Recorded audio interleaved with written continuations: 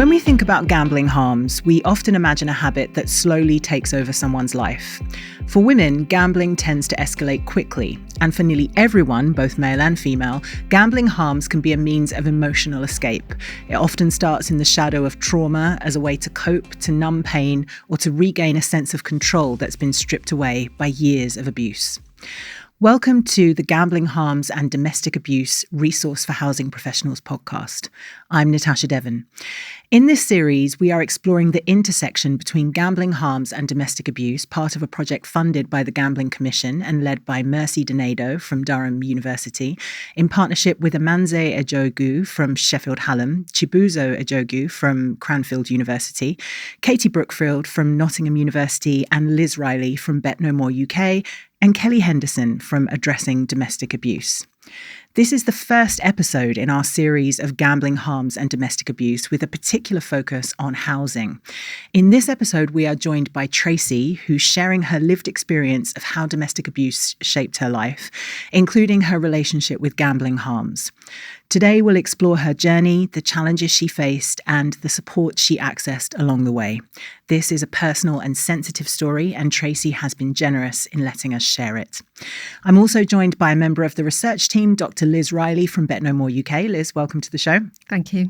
This episode contains references to domestic abuse, violence, and gambling harms, which some listeners may find distressing. Please look after your well-being, and we'll share details of support services at the end of the programme. Tracey, thank you so much for being here today. To start with, could you tell us a little bit about your experiences of this issue? I was saying before that I joined this research work only after realizing that domestic abuse is not only physical, but very, very mental. The abuse, the emotion, it gets you in a really, really bad way.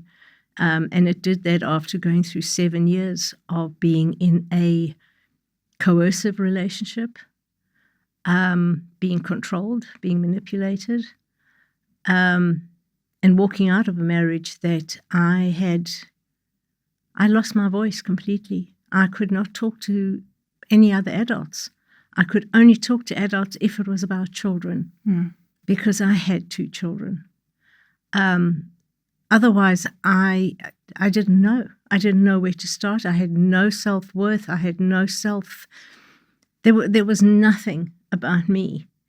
I was petrified of everything, of my own shadow, and had to raise 2 children that way. And that's what got me into gambling. So what role did gambling play in this kind of toxic dynamic that you were in? Was he gambling? Were you gambling? No, he wasn't gambling at all. If anything, the only thing I knew about gambling was that my father would gamble. He was never a serious addict the way they are today, because gambling was completely different in those days. I didn't see it as being harmful at all. After my divorce and having to raise 2 children alone, not being able to earn a very high salary, and relying heavily on my ex-husband for child support, and having to beg him every single month, please pay it on time. I was worried about the rent. I was worried about food. I was worried about the children in every sense of the word. And I think one of my main worries was that he would take them from me, especially my son. He wanted my son. He didn't really want my daughter. But I wasn't prepared to split my children up. And I was petrified that he would take them from me. So I was under his control still, even after the divorce. And I looked at it as how can I become independent? How can I get away from this control and needing him in my life when he was really a toxic entity in my life? And that was when I decided to gamble. And I've read your story, and thank you for sending across the notes that you did. And what I've noticed, the themes that keep coming up is that aspects of the impact that the abuse had on you were then weaponized against you in the kind of custody battles and the legal proceedings. Were you worried that that would happen with gambling as well if anyone knew about it? Well, gambling it's called the secret addiction for a reason, because it can be hidden. It's the hidden addiction, sorry, not the secret addiction. It has to be hidden, because if I had to admit or tell anybody that I was gambling in an out-of-control manner, I would not be able to gamble again. And gambling becomes your everything. You eat, sleep, work, breathe gambling. You have to gamble, because if you can't gamble, your lifeline is cut off. Your ability to breathe, you're suffocated. You have to gamble.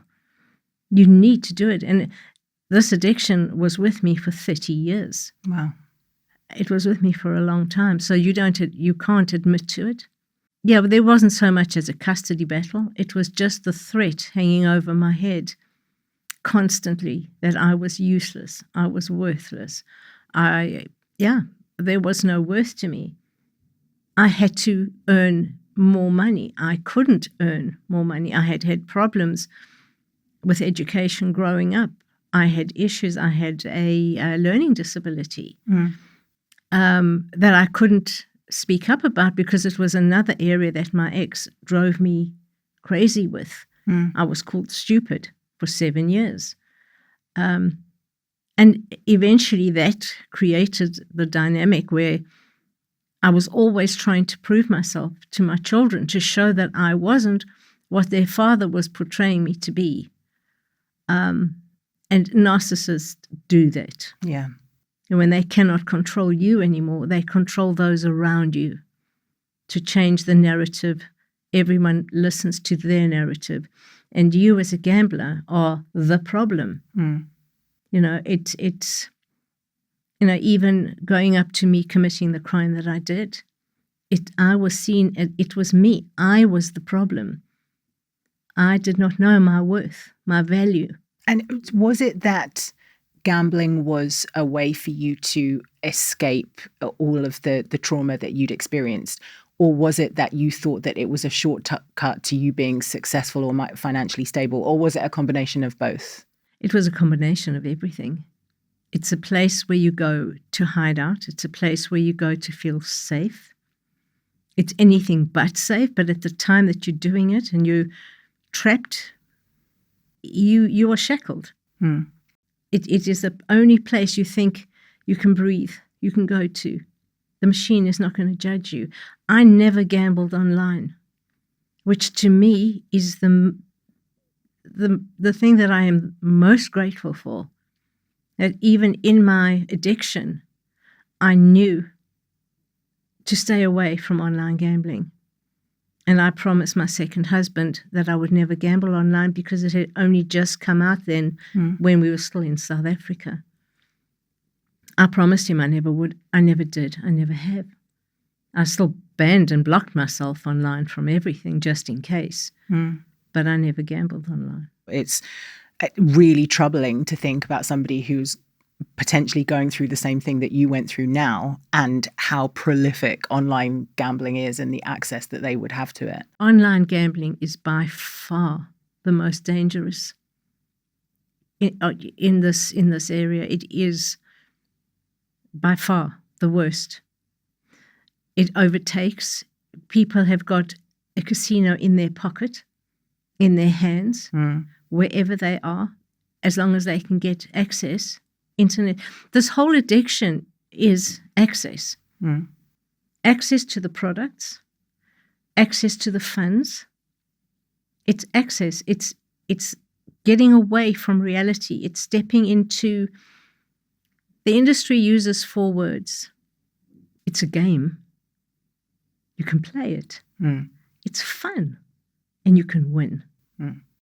That is the narrative that is told to everybody. Nobody or on any platform does it say these products are highly addictive. This is what can happen. Like cigarettes used to say on the bar, still say on the boxes. It needs to say it on the product, and it doesn't. Liz, bringing you in now, you've done so much research into this. And what strikes me is if somebody says gambling harms and domestic abuse, your mind immediately goes to it would be the perpetrator that would be gambling. You don't necessarily think that the target might be the person who turns to gambling. But how common is this in your experience? Well, as part of our research, we spoke to quite a large number of women, and we do recognise that men are also impacted by gambling harms and by domestic abuse. And some of those women were in a similar position to Tracey, where they were gambling as a reaction to the domestic abuse. And sometimes those two things were concurrent. The gambling was going on at the same time as the abuse. And sometimes, like in Tracey's case, it came later because domestic abuse can have such a long-term impact on somebody's life. And they may not recognise just the depth of the trauma. And so the gambling can be that psychological escape that Tracey's talked about, also potentially a financial escape, hoping that they will win and get the freedom to leave. And also we spoke to some women who actually used the gambling as a physical escape because the home was not safe, and therefore they would leave to go to the casinos, to the bookies, where they actually felt safe. That was their safe space physically from abuse. So I think a lot of people, as you said, Natasha, don't recognise that it can have that relationship, and that they do tend to think about the perpetrator being the gambler rather than the victim survivor being the person who's gambled in a harmful way. That's really interesting. And Tracey, when you look back over your story, your journey, are there any moments where you wish that you'd known about the support available, or that somebody had reached out to you? Are there moments where you could have not had to go through everything that you've gone through? No, I actually needed to go through. It might sound strange to hear this, but I actually needed to go through everything I went through to bring me to where I am today, to a place where I can stand beside people going down the same route I was going down. I mean, I went into prison because of my journey. This addiction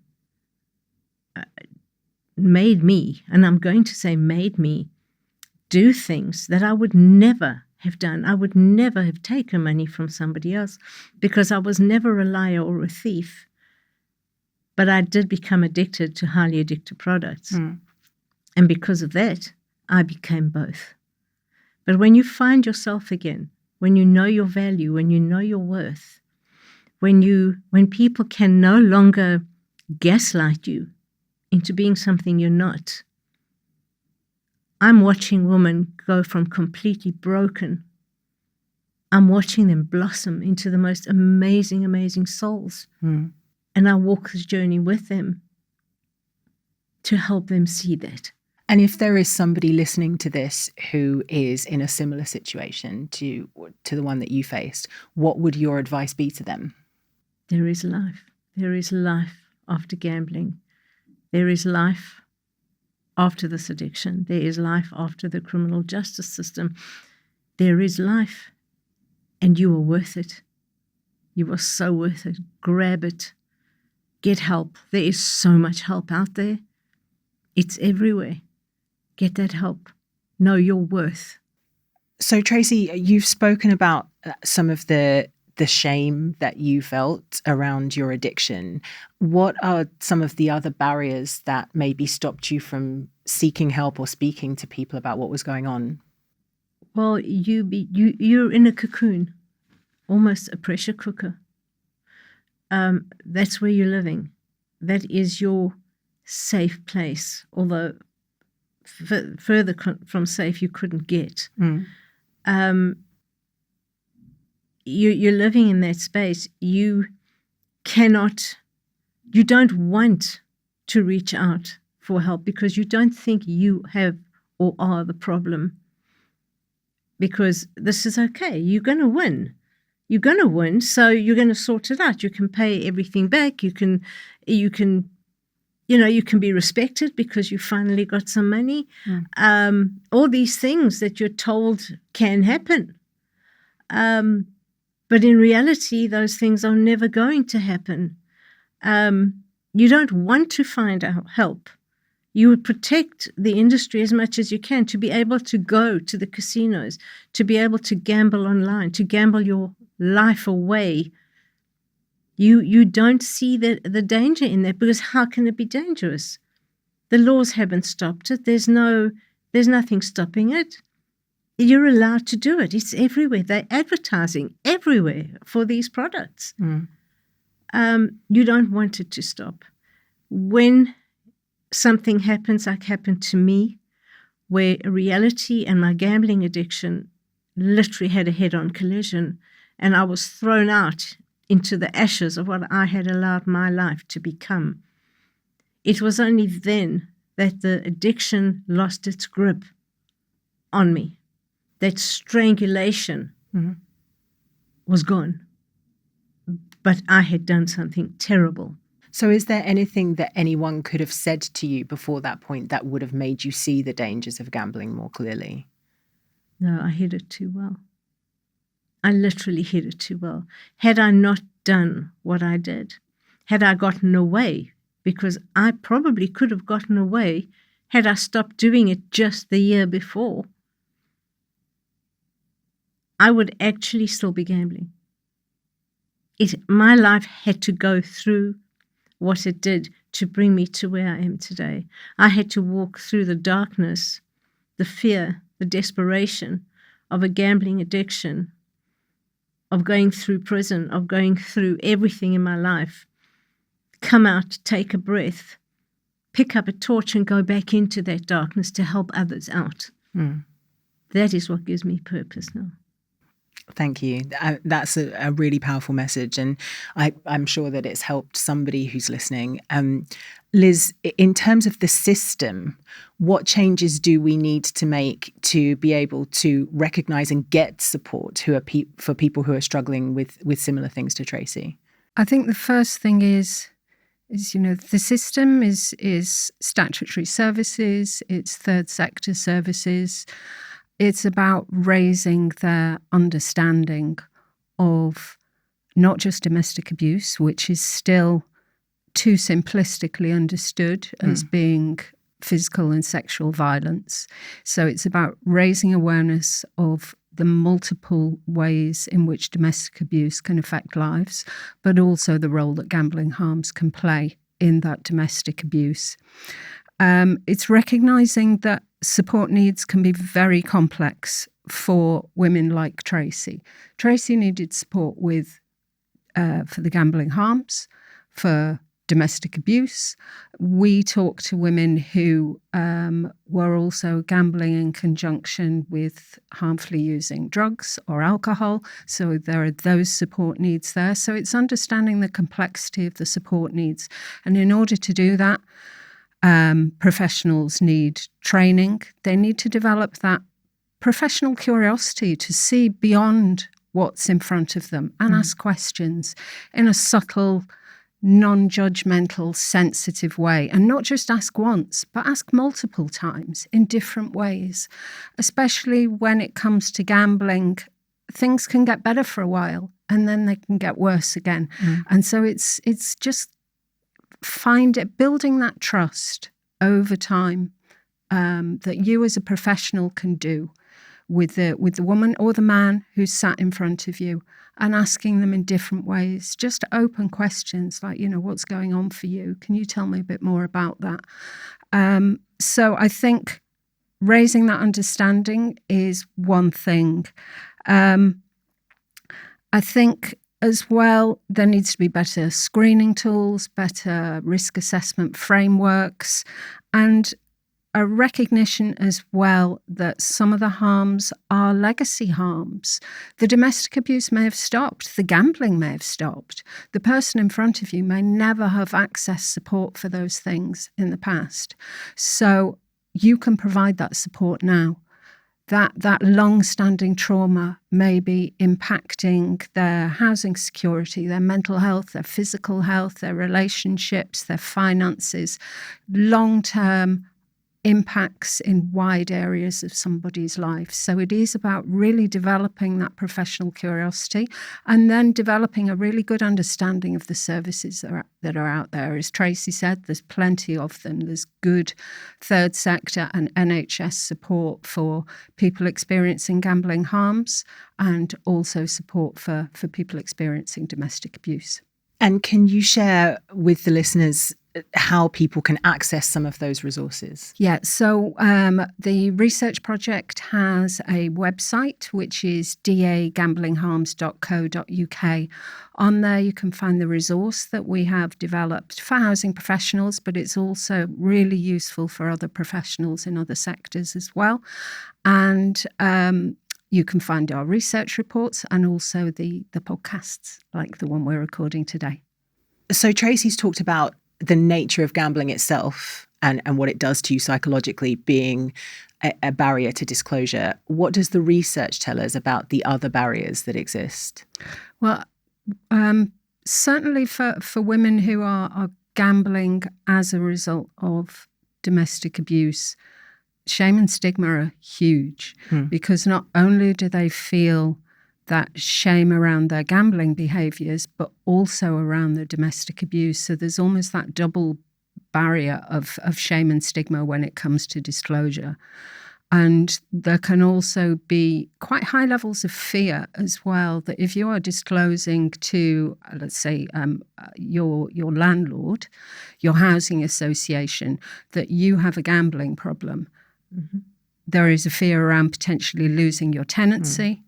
If you are in some sort of dispute around custody, that could be used against you, and you could fear losing your children if you disclose that you have a gambling problem. So there are a lot of those kind of barriers which just make it doubly difficult for women to disclose in this situation. I couldn't agree more. Thank you both so much for taking part in this today. And Tracey, particularly, thank you for sharing your story. It's really powerful. If you have been affected by anything that we have discussed today, support is available. You can contact the National Domestic Abuse Helpline on 0808 2000 247 or the National Gambling Helpline on 0808 8020 133 for free, and they will direct you to local support services. I'm Natasha Devon. Thanks for listening.